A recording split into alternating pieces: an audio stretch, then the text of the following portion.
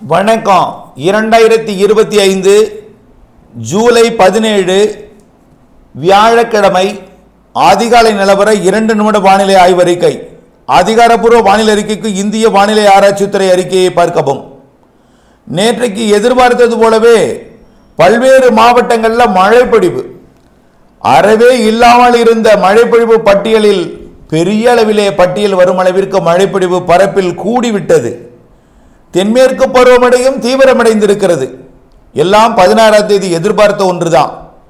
நீலகிரி மாவட்டம் அவலாஞ்சில் 12 சென்டிமீட்டர் மழை, மேலும் பல்வேறு இடங்களில் 8, 5, 7 சென்டிமீட்டர் 5 சென்டிமீட்டர் வரைக்கும் நிறைய இடங்களில் மழை பொழிந்திருக்கிறது.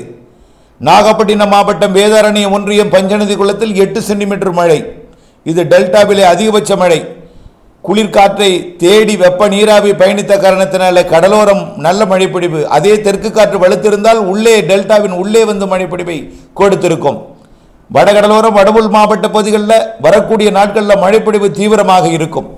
ஆந்திர எல்லையோர, கர்நாடக எல்லையோர, கேரள எல்லையோர மாவட்டங்களில் நல்ல மழைப்பொழிவு காத்திருக்கிறது. அனைத்து வடவுள் மாவட்ட பகுதிகளிலும் வடகடலோர பகுதிகளிலும் கனமழை காத்திருக்கிறது. ஒதுக்கி ஒதுக்கி பெய்தாலும் பெய்யும் இடத்துல பலத்த மழை இருக்கிறது. ஒதுக்கி இருக்கக்கூடிய இடங்களில் அடுத்தடுத்த நாட்களிலே மழைப்பொழிவை கொடுக்கும். டெல்டா மாவட்டங்களுக்கும் தென் மாவட்டங்களுக்கும் மழை இருக்கு. தென்கோடி மாவட்டங்களில் 19, 20, 21, 22 தேதிகளில் கனமழை இருக்கிறது. ஒதுக்கி ஒதுக்கி ஆங்காங்கே. டெல்டாவிற்கும் அதுபோல. நீலகிரி உள்ளிட்ட மேற்கு தொடர்ச்சி மலைப்பகுதிகளில் 19 மேலும் அதிகரித்து 24ஆம் தேதி வரை நல்ல மழைப்பொழிவை கொடுக்க இருக்கிறது.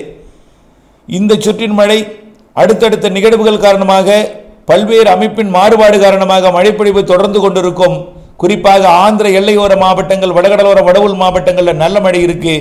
விரிவான அறிக்கையை பார்த்து வானிலை அறிக்கையுடன் இணைந்திருந்து திட்டமிட்ட பணி செய்திடுக.